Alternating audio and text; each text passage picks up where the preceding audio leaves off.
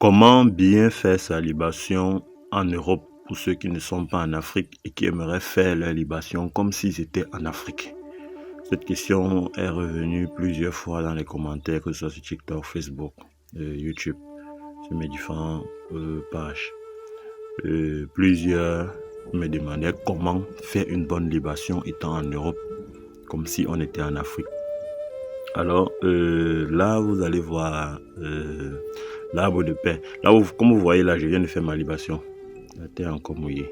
Je viens de faire ma libation. Donc, j'ai dit que j'ai fini là, je vous montre. Vous voyez, la terre est encore mouillée. Je fais juste ma libation avec de l'eau, comme vous voyez là. Voilà, donc je vais profiter pour répondre à cette question. Et je sais que beaucoup de personnes sont intéressées par la libation, mais comme ils sont en Europe, ils ne savent pas comment faire. Mais j'ai déjà dit plusieurs fois, en Europe, comme on dit, la libation se fait sur une terre, c'est pas sur les carreaux. Ok. Et en Europe, presque partout est goudronné. Mais ça ne veut pas dire qu'il manque de terre en Europe. Il y a toujours la terre quelque part. En Europe, vous pouvez faire votre libation dans un jardin, dans un parc. Ok. Quelque part où il y a la terre. Maintenant, vu que c'est une pratique africaine, peut-être ça ne sera pas bien vu aux yeux de tout le monde. Vous pouvez décider de ramener tous les éléments chez vous afin de créer un hôtel dans un coin de votre maison, un coin calme, un espace calme qui sera réservé uniquement aux ancêtres pour pour vos libations, pour vos prières et tout et tout. Ça veut dire, une fois que vous êtes en Afrique, ou bien si vous avez quelqu'un qui vient de l'Afrique, ou alors, vous n'avez pas besoin de... En fait, votre espace-là doit être réservé uniquement pour vos ancêtres. C'est-à-dire, pour rendre ça un peu plus comme si vous étiez en Afrique, vous devez essayer de gagner cet espace de tout ce qui représente l'Afrique. Vous pouvez mettre des calebasses, vous pouvez mettre... si vous avez la possibilité d'être en Afrique et que bien quelqu'un est en train de monter, vous voyez cet arbre, on appelle ça l'arbre de paix. Ok, ça meurt difficilement. Donc ça veut dire que même si vous faites un voyage avec, que ça allait sécher, vous arrivez tout simplement en Europe ou bien en Amérique, bref en Occident, vous cherchez un vase dans lequel vous allez mettre la terre et puis vous enfoncez ça dedans. Chaque matin vous arrosez, chaque matin c'est ça. C'est sur son pied que vous allez faire votre libation. C'est-à-dire vous mettez la plante comme ça. Chaque matin, vous venez là.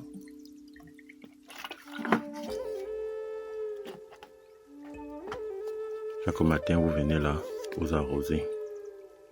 Vous arrosez. Vous arrosez et puis vous parlez.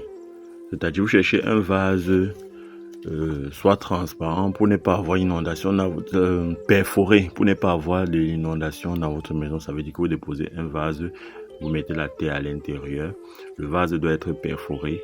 En bas, vous mettez encore un autre récipient, ok, pour que si l'eau ressort du vase, que ça reste dans ce récipient et vous pouvez porter facilement et aller verser. Chaque matin, vous venez là, vous versez votre eau et puis vous parlez, ok. Cet arbre va pousser. Si ça pousse, ne vous inquiétez pas. Ça sera très bien. Si vous êtes maman, vous êtes papa, ça sera très bien pour vous parce qu'avec les branches de cet arbre, vous allez pouvoir souvent vous nettoyer avec, c'est-à-dire frotter sur votre corps et faire vos vœux. C'est-à-dire vous prenez les grains de jujube, vous mâchez, vous crachez sur ça 3 fois, puis vous frottez sur tout le corps. J'enlève toute impureté sur moi. Donc avant de couper, quand l'arbre s'y va grandir, que ça va donner plusieurs branches, avant de couper, vous allez dire aux ancêtres, j'ai besoin d'une branche afin de me purifier le corps et de purifier mes enfants, afin de protéger mes enfants, afin de purifier mon corps. Vous parlez comme ça, et puis vous prenez un couteau bien tranchant que vous allez tailler. Ok, vous taillez en descendant, vous ne taillez pas tout droit, vous taillez en descendant, de sorte que ça peut encore reproduire. Puis vous vous frottez sur le corps en parlant. Si vos enfants sont en train d'aller à l'école ou bien s'ils sont en train de vouloir faire un voyage, vous frottez. Je vous protège que tout ce qui va empêcher la réussite de votre journée d'aujourd'hui, que cela se mette de côté et que vous finissez cette journée. Si cette chose veut retourner sur la route, elle retourne. Mais que vous soyez déjà passé avant qu'elle ne retourne.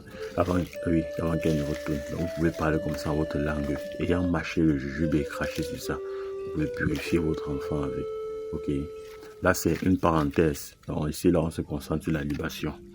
Bien.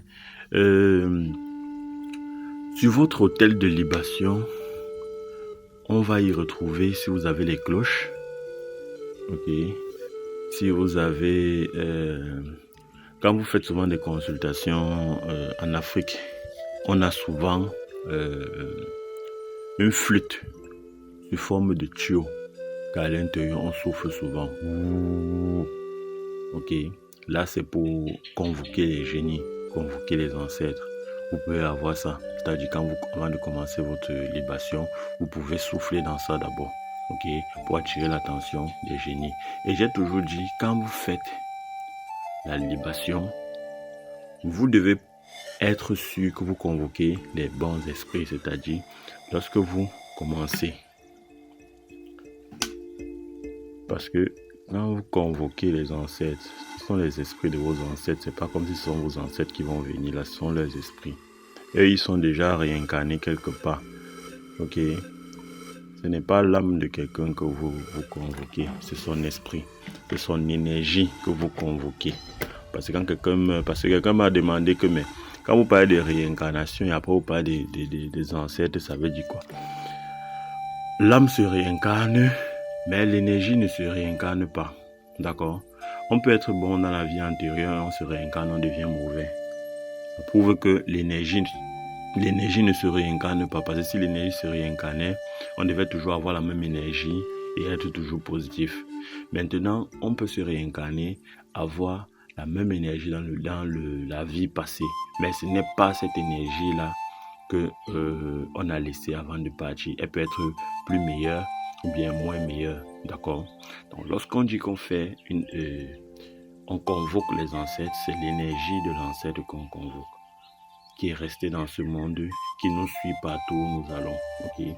Donc, lorsque vous arrivez sur une nouvelle terre, il y a quelqu'un qui m'a demandé également que pour nous qui vivons à l'étranger, est-ce que nos ancêtres, comment est-ce qu'on fait? Est-ce que nos ancêtres sont avec nous? Oui, ils sont avec vous, ils sont partout. Mais lorsque vous commencez une libation dans une terre étrangère, vous dites, je m'appelle tel, fils de tel, vous donnez le nom du père, et de tel, vous donnez le nom de la mère. Si vous connaissez le nom des grands-parents, vous donnez. Je suis nouveau ou nouvelle sur cette terre. Vous, les propriétaires de cette terre, les ancêtres de cette terre, veuillez m'accueillir. Je suis votre fils, je suis aussi l'un de vous. Je suis un être humain comme vous.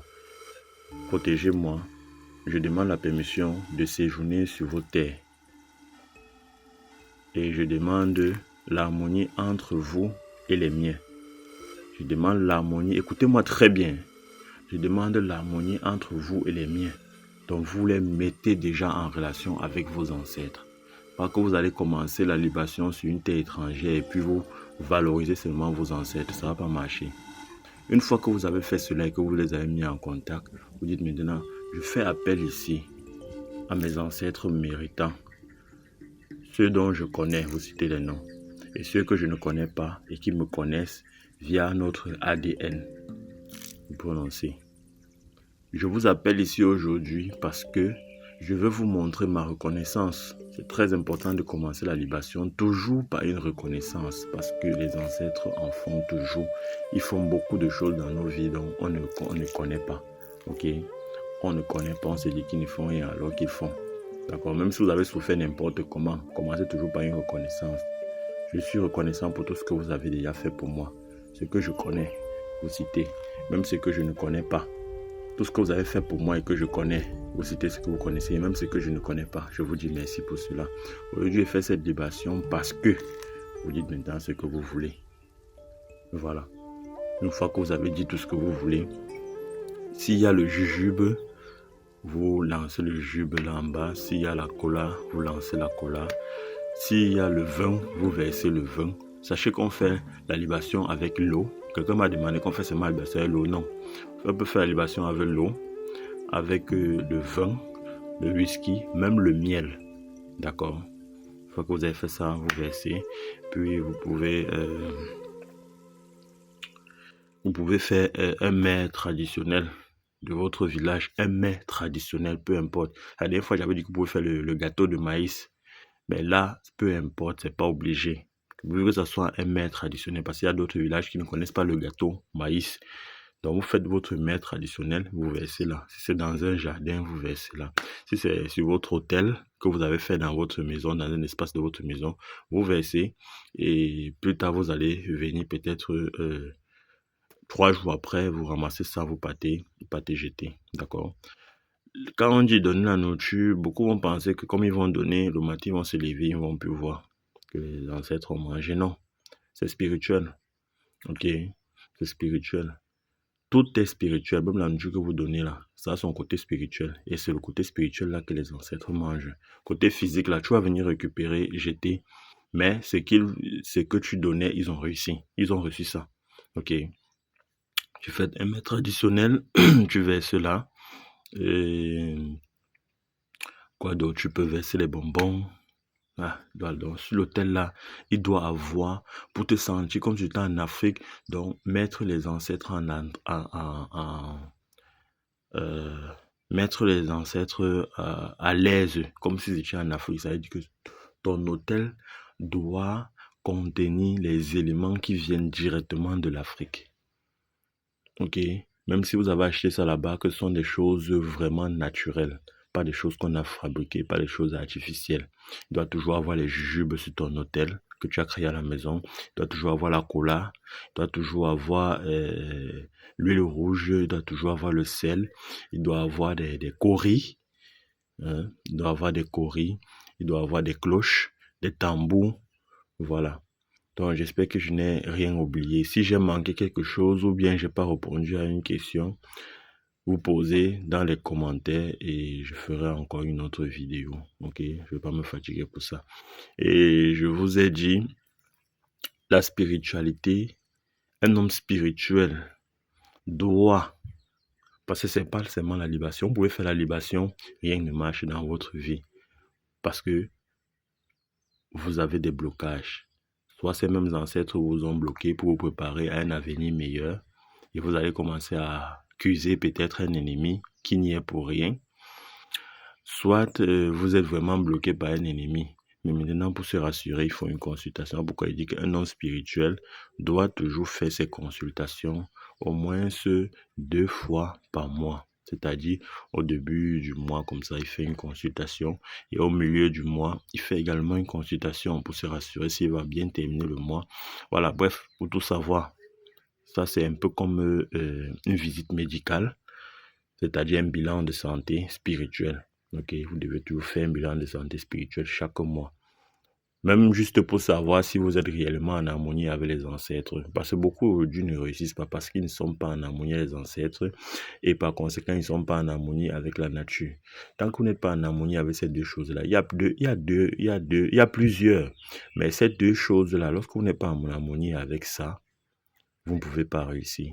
Si vous n'êtes pas en harmonie avec vos ancêtres, vous n'êtes pas en harmonie avec la nature, vous ne pouvez pas réussir. Ok?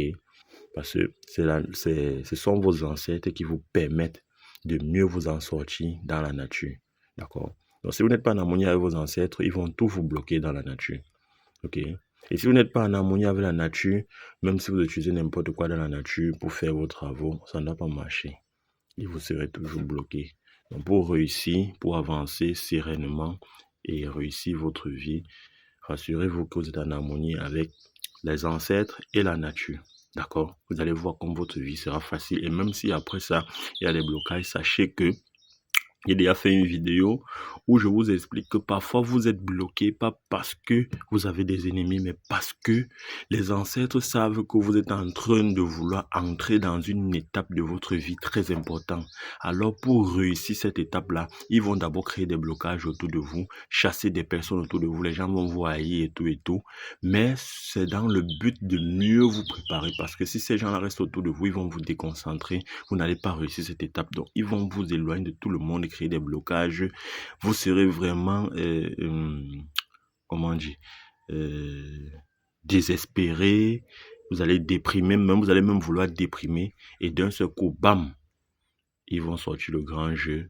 Vous allez vivre une situation dont vous ne vous attendiez pas. C'est ça, parfois, le but des ancêtres, pour vous préparer spirituellement.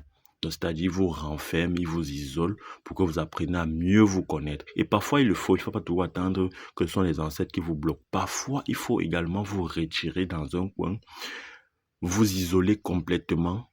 Même si quelqu'un vous appelle et dit que mais tu es devenu bizarre, tu ne fais plus signe et tout, dites tout simplement qu'actuellement vous traversez une période un peu difficile et que ça va aller.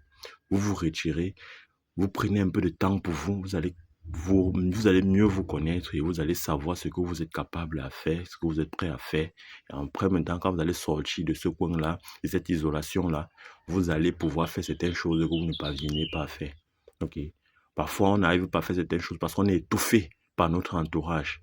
On n'arrive pas à mieux se connaître. On ne sait pas si on est capable de faire telle chose ou pas parce qu'on est étouffé. Mais lorsqu'on se retire et qu'on apprend à se connaître, on peut savoir si on peut faire telle chose ou pas. On découvre des choses qu'on pouvait faire.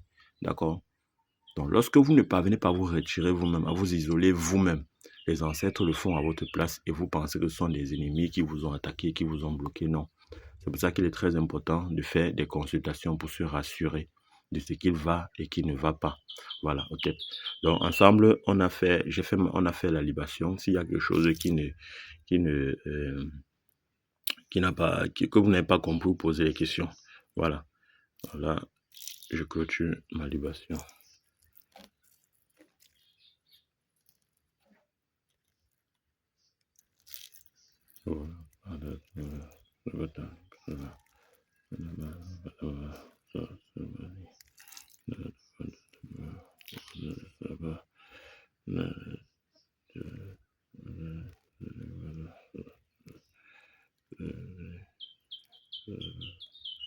Voilà.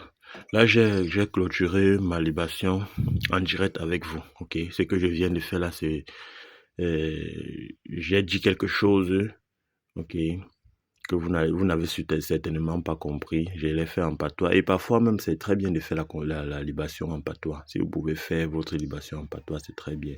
Le courant passe un peu plus vite. D'accord? Voilà, Otep, si cette vidéo t'a plu, partage-la, ok? Même les enfants, là, j'allais oublier, même les enfants peuvent faire la libation. Donc, lorsque vous faites votre libation, si les enfants sont à côté, ne les chassez pas. Laissez-les voir. Le jour où vous allez encore vouloir faire, vous les appelez, eux-mêmes ils font cette libation. Vous commencez, vous dites, je m'appelle tel. Vous faites comme j'ai dit là. Vous dites, ok, je vais faire la libation, mais c'est avec ma fille ou bien c'est avec mon fils. C'est eux qui vont vous donner à manger ou bien à boire aujourd'hui. Vous les donnez. Pendant qu'ils sont assez versés, vous parlez. Pendant qu'ils sont assez versés, vous parlez. Pendant qu'ils sont assez versés, vous parlez. C'est même très bien comme ça là. Oh, Otep.